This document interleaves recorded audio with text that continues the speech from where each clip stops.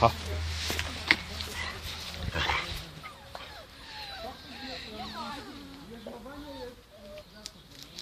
Nie, kubka. Tak? No będzie.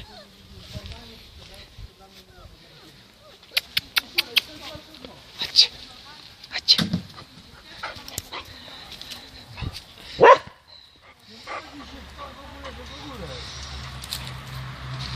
No chodź. Chodź.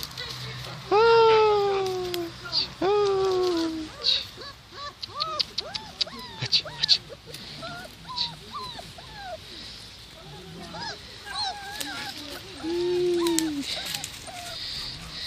Co ty chcesz tu ode mnie? Ja cycków nie mam.